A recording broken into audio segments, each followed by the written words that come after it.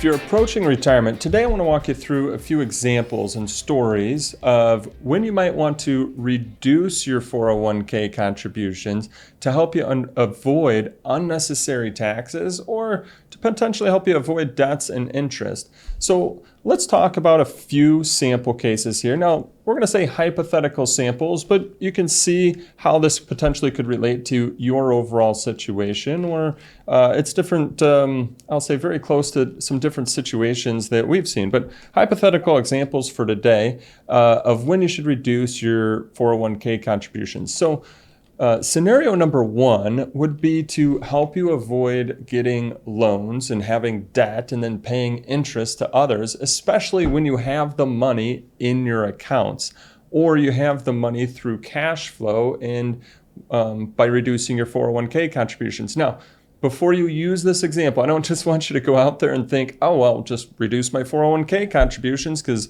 that's what Scott was talking about doing so I don't go into debt. Well, first, we don't want you in debt, but also you have to make sure that you're still on track for your retirement so that you've got enough saved up, and what you have saved up is going to provide you what you need in your retirement and would last through your retirement. So if that's not the case, then a whole nother picture, right, that is being painted, right, or a whole nother story, you probably should just avoid the project overall. But let's talk about our first case here, which is Cindy's sample. Now, Cindy, as we go through our annual strategy meetings, one of the questions that we're always asking our clients is any major financial needs within the next 5 years. And Cindy said, hey, I have a project next year that's going to cost $50,000 that I'd like to do. What's the best way to pay for this project?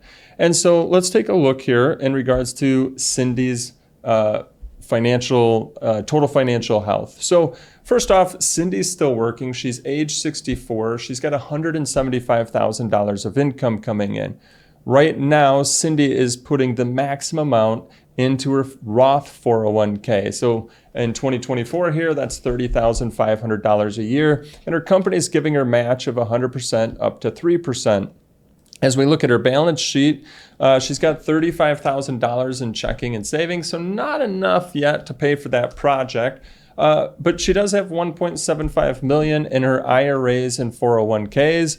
Her home is all paid off. As you can see here, she doesn't like any sort of debt. So that was one thing that was really important to her as we're talking through the goals and the interest is she did not want to take on any loans. And she's like, I have the money, so I don't want to be paying interest to the bank. I don't want to pay others for money. I have the money to be able to pay for this project.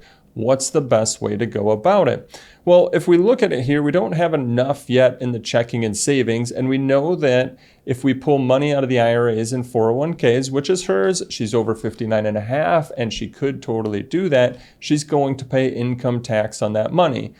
And so we have to kind of go back and look at things. And I want you to kind of think about three things here. She's putting into her Roth 401k, and then she's got money available in her IRAs and 401ks. Now, what Cindy should consider here is reducing the contributions to her Roth 401k and creating more cash flow for herself, a surplus that she's going to see or not be used to in her weekly checks or biweekly checks or monthly checks from her company that she can then save for next year. And the reason why she would want to do that versus just go and take from her IRAs or 401ks is right now she's contributing to the Roth 401k. So she's paying tax to put money into the Roth 401k.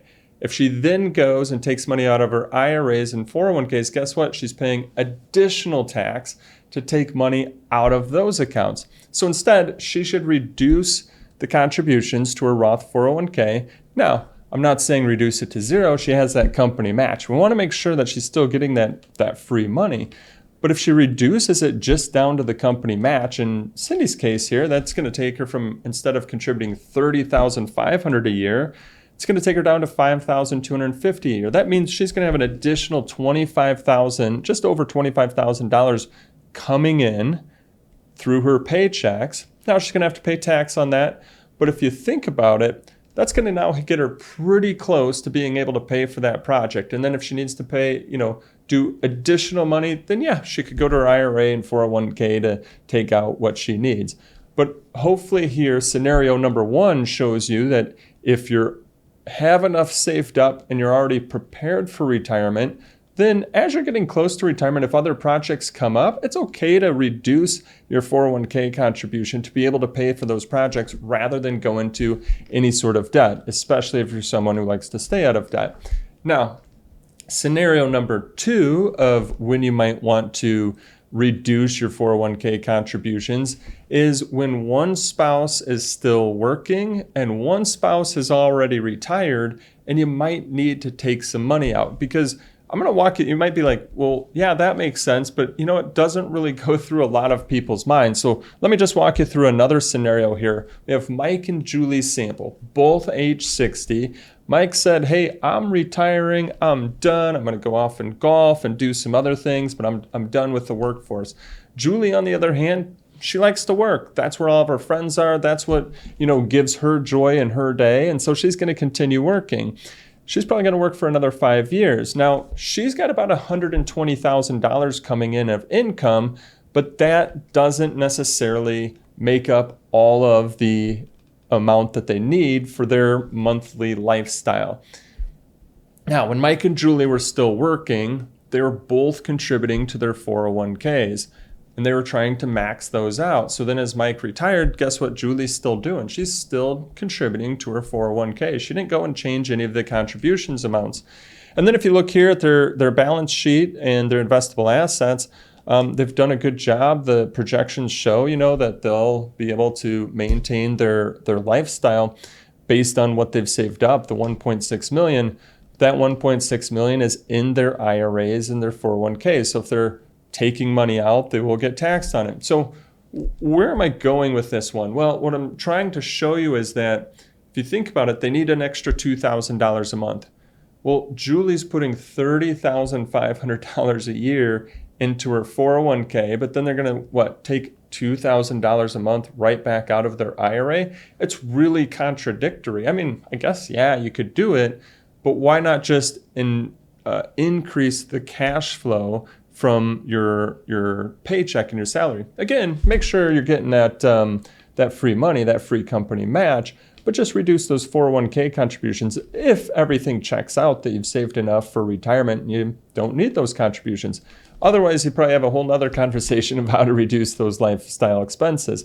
So that's another reason why you'd want to reduce it. Now, let's just say Julie was contributing to her Roth 401k. Then it makes it an even better idea for her to reduce her 401k contributions, because if she's contributing to a Roth, she's paying tax to put money in the Roth 401k, but then they'd pay more tax to take money out of their IRA and 401k to maintain their lifestyle expenses if they needed that $2,000 a month. So hopefully these hypothetical examples, these stories I'm sharing with you, which are sometimes similar to things that we see as people come in to meet with us, helps you understand when it's the right time to start reducing the contributions to your 401k. And a lot of times, if one spouse is working, one spouse is already retired, it can make sense to go ahead and do that if you need the additional cash flow and what you've saved has all checked out. Hey, I hope that you've enjoyed this video, and if so, and you'd like to see additional topics or videos on retirement topics like Social Security or